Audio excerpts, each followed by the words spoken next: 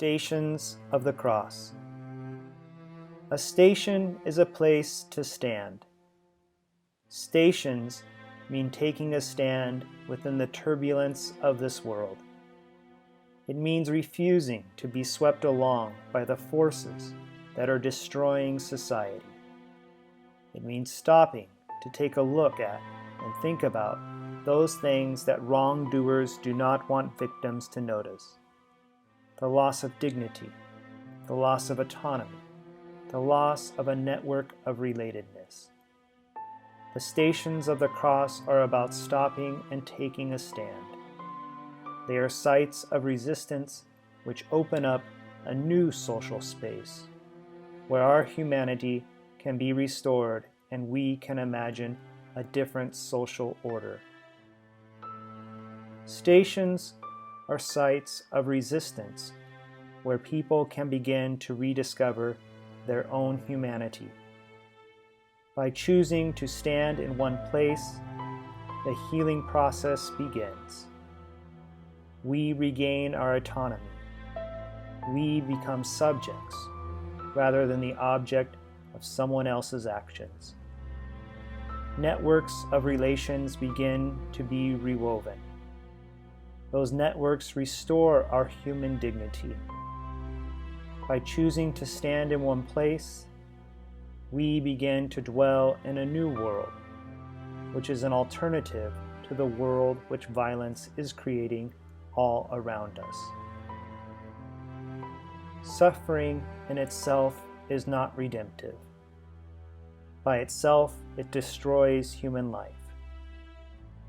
Only by finding a shape, a form in the suffering, can suffering become more than a downward spiral of destruction.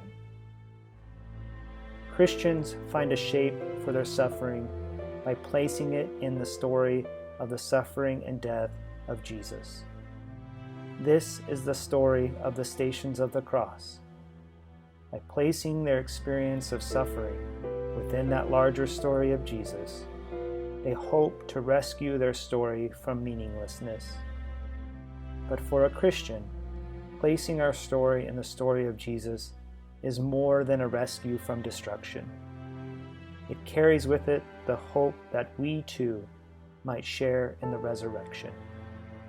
In the words of St. Paul, "I wish to know Christ and to be conformed into the pattern of his death, so that somehow I may come to know the power of his resurrection." Join us then in the Stations of the Cross. Stop at those stations where you find a voice for your own suffering, where you hear an echo of your own experience, or simply accompany those who are seeking to resist the destructive power of suffering, to resist the narrative of the lie which tries to make of us something we are not. Station 1. Jesus is condemned to death. Jesus is given a death sentence. Here begins the narrative of the lie, a story about Jesus spun together by those who wish to be rid of him. The lie sounds like a plausible story, made to seem to be the truth, but woven together into a knotted strand that constricts, distorts, and strangles the truth. Jesus came to proclaim life.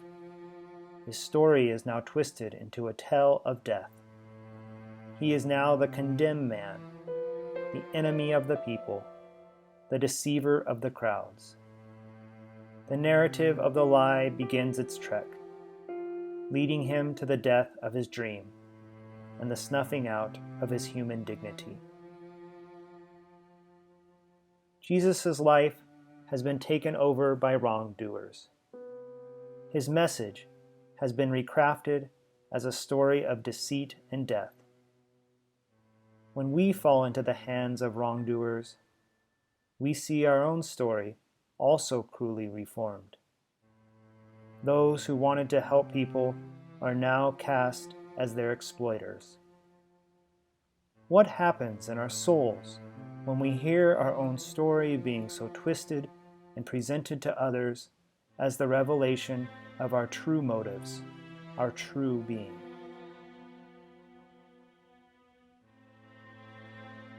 At this station, we experience our life being taken away from us. We lose what little control we have over our own name. We lose dignity and esteem in the eyes of others. Our own image of ourselves now seems so far away.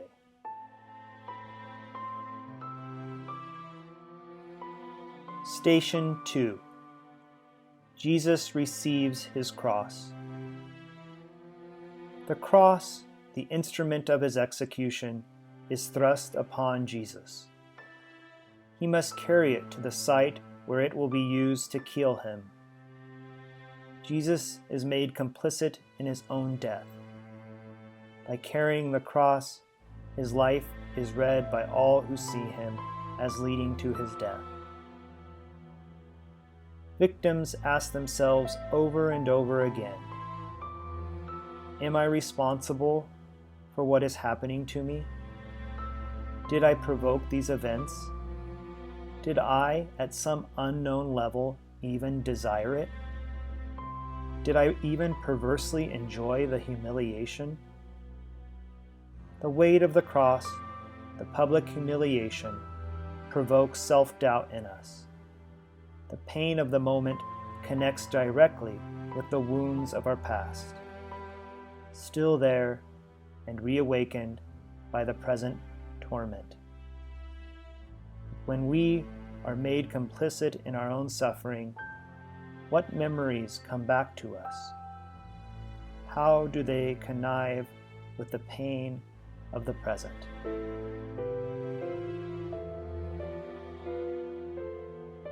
At this station, the brutal confrontation with what is unfolding takes our breath away. The future we thought we saw is replaced by an uncertain vision. In confusion about ourselves and our future, we begin to move forward. Station 3. Jesus falls. Jesus stumbles and falls under the weight of the cross and the burden of what is swirling about him. Falling is a public loss of control. Despite his wishes, Jesus is being drawn into the story of the lie as he is shown to be incapable of moving under his own volition. It is a humiliation which makes the lie look more powerful than his own story. How do we feel when we stumble? Precisely at the moment when we need to appear to be in control of what is happening to us. How do we feel when our actions make us look as incompetent as the lie proclaims us to be? How do we recover some shreds of dignity as we get to our feet?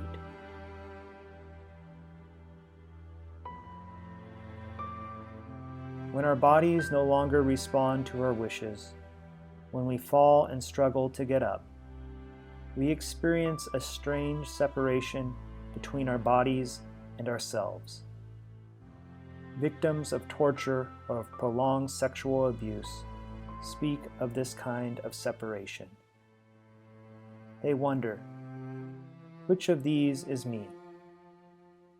They even see themselves sometimes from the outside, which makes the question even more harrowing.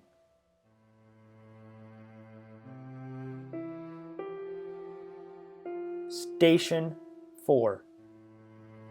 Jesus meets his mother. Jesus' past comes to him again as he sees his mother, Mary. Usually we understand Mary's relation to Jesus in the light of her consent at the annunciation of his birth. But the biblical texts also tell a story of Mary's incomprehension of Jesus' work. Simeon prophesies that a sword of sorrow would pierce her heart. Mary does not understand why Jesus stays behind in the temple as a boy. She is left standing outside when Jesus is preaching, treated like an outsider. Jesus sees all that pain and incomprehension as their eyes meet. How does it feel when those we most hope can understand us are unable to do so?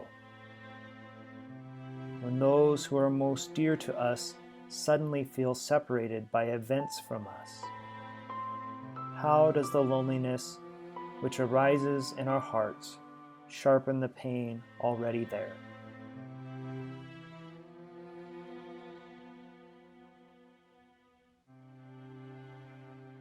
In the suffering of this kind, the bonds of love and friendship become moments of reproach.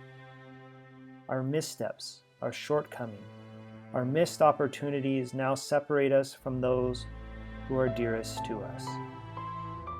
Memory crowds in upon us, and it is not kind. Yet Jesus, seeing his mother, is also a reconnecting with humanity, hers and his own. In this station, and the three that follow, Jesus experiences the oscillation between being alone and being connected, being abandoned and being cared for. Station 5. Simon carries the cross. A stranger, Simon, is pressed into service to help with the execution and carry Jesus' cross. The help Jesus is given here is perverse. He has not requested it, but his enemies fear he will die before they have a chance to make final sport of him. The help Jesus receives twists his experience once again. Is Simon's act a gesture of a shared humanity or a cruel parody of Jesus? Is this the way the story of the lie slings Jesus back and forth emotionally between being embraced by humanity and being abandoned? Is this a gesture of solidarity or a perverse means to prolong the pain? Is this an act that restores trust or one that mocks it?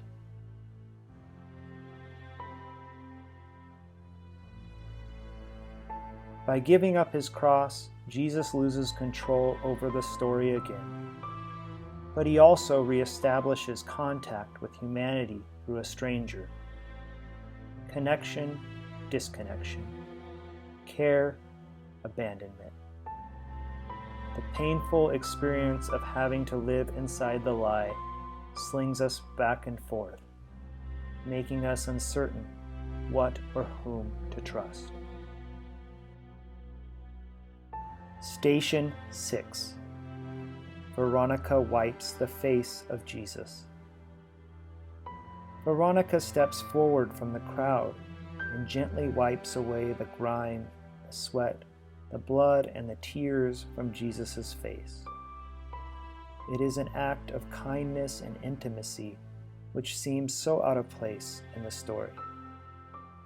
An apocryphal tradition identifies Veronica with the woman who Jesus healed of a hemorrhage.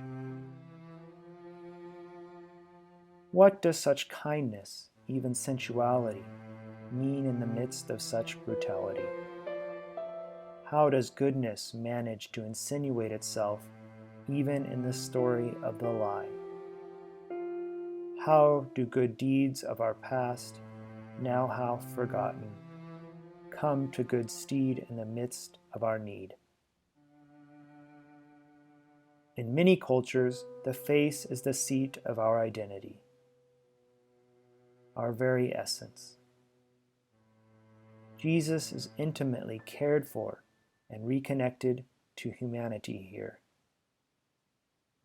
Veronica's actions point to how women are sometimes able to break through and intervene in the cruelty too often generated and perpetuated by men. For someone to touch our face in the midst of suffering moves us more deeply than perhaps any other gesture. Station 7. Jesus falls a second time. The second fall for Jesus is different from the first. After the first fall, some human relations were reestablished for Jesus. The gaze of his mother, the strong shoulder of Simon, the gentle touch of Veronica. They are lost again in another tumble to the ground. What happens to those fragile reestablished relations when we fall again? Is this fall harder than the first one?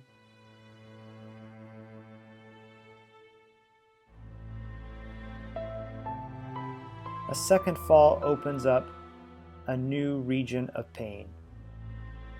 Relations we thought would see us through, make things better, are shattered. One of the difficult things about this kind of suffering is that we discover new regions of pain we did not know existed. Such discoveries make us lose our bearings. We thought we knew who we were and where we were. Now that is not so certain. Station 8. Jesus meets the women of Jerusalem. Jesus now comes upon a group of women who recognize him. There is no ambiguity in their response. The uncertain gaze of his mother, the ambivalence of Simon in shouldering the cross, or the meaning of Veronica's act of kindness. These women weep for him. The weeping of the women interrupts the story of the lie in an unequivocal way. The falsehoods which are condemning Jesus to death are brought up short by tears. Jesus breaks through the silence which has been enshrouding him and speaks to the women. For a brief moment, the truth breaks through the stifling silence of the lie and robs it of its ambiguous meanings.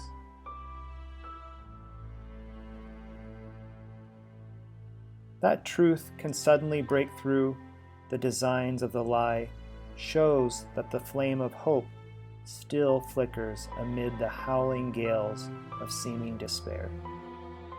For a brief moment, it fanned into a burst of flame.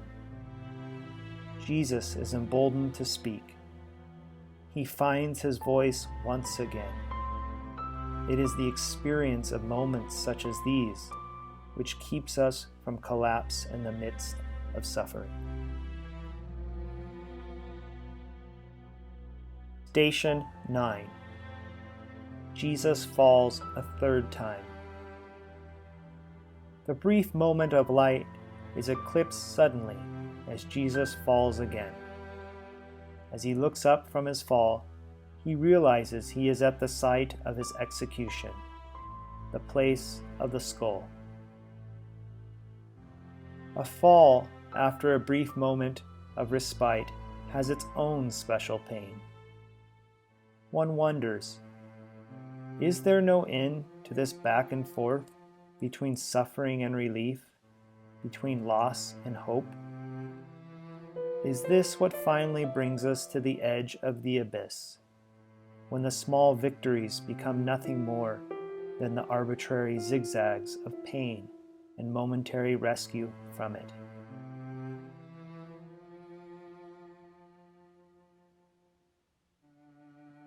At a certain point in the struggle, our energy is depleted, and exhaustion accumulated in our bodies seeps out. We are brought to a place where we can go no further. Is this how it ends? Are we called upon to go further? Station 10. Jesus is stripped. In this and the following stations, an arc begins which ends in darkness. Whatever autonomy Jesus exhibited in the way to the place of the skull is now gone. He becomes the object of his enemies' ministrations. Rather than the gaze of his mother or the touch of Veronica, his body is handled as an object to be disgraced.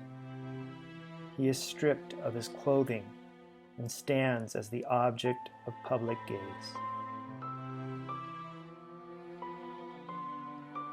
To be shamed so in public before strangers is to be stripped also of dignity.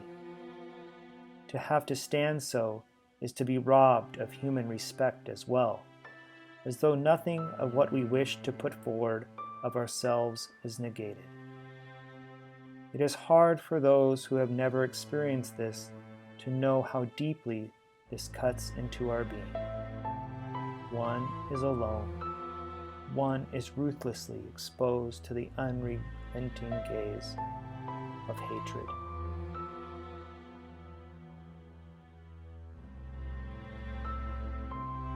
Unclothed, Jesus has lost the relationship to his kin, his culture, even his own history. What he made of himself to others is cruelly taken away from him. It is an act of separation, a perverse intimacy with a public who jeer at him and insult him. It is being subjected constantly to being diminished and treated as less than a human being. Station 11. Jesus is nailed to the cross. In the previous station, Jesus is stripped of his relations to humanity and to his own body. Now he is given a new and perverse relation by the lie. He is attached to the cross, splayed with arms stretched out. Even his gestures are frozen, losing yet another means of communicating to others who he really is. The perverse irony of this kind of suffering is that ever new forms of indignity are found. Stripped and hung on a cross to die, an insidious parody of a king and his throne, he is given the opposite of sovereignty. What happens to us when there seems to be no end to the staging of indignity about us, as we are drawn into spiral after spiral of degradation? We are pulled further and further away from who we see ourselves to be. All the sureties we thought would hold our lives together are summarily taken from us.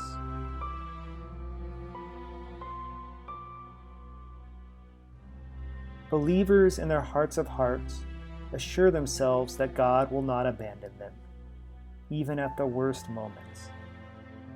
But who could have imagined anything like this? And many of those believers will recount that the God they hoped would be there with them is strangely silent and out of their reach. Psalm 22, with its anguished cry, my God, why have you forsaken me?" comes echoing out of a ravished soul. Station 12.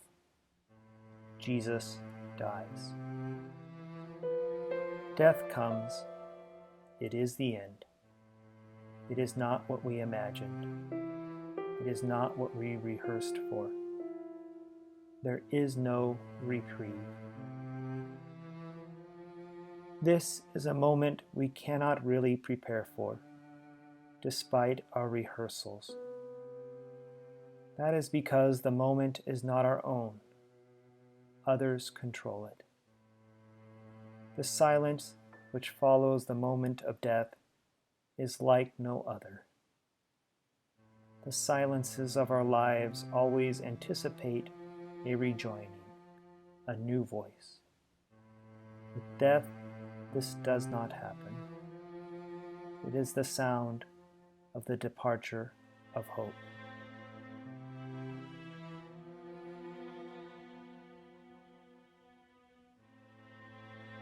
Death seems to stop everything, but relentless the rest of the world goes on.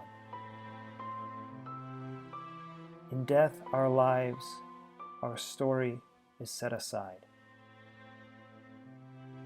Our survivors cling to it for a while, but it slips away as others come along who never knew us. In the death of Jesus and in the deaths of so many other victims, the heavens do not erupt in anger or retribution. There is only silence.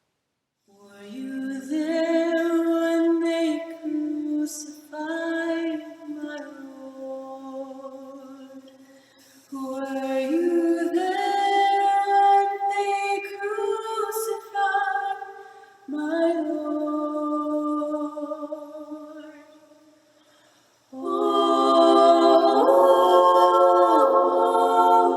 Oh, it causes me to tremble,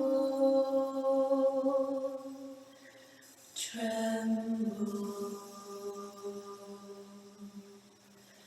Were you there when they crucified my Lord? Station 13. Jesus is taken down from the cross. The story continues without Jesus. His remains are detached from the cross. There is no need to continue the story of the lie. It has done its work. What kind of story is taken up here?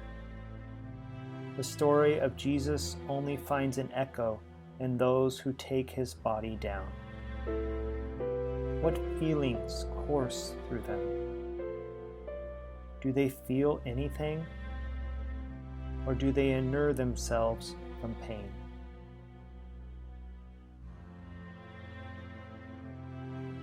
Those left behind now become the story, those who must clean up the mess of this brutal act, the bystanders who are now a little ashamed of their curiosity, a few survivors who do not want to leave what remains of Jesus alone. All that remains of that epicenter of intense life and relationship is a broken body. Station 14. Jesus is laid in a tomb.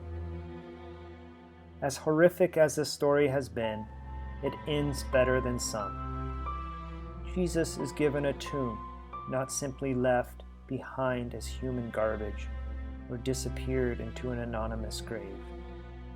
His followers have not let the thread of relation be cut entirely and show bravery in asking for his body. What does this act give to Jesus? What does it do to the story of the lie? What do such acts give to those who suffered in this way?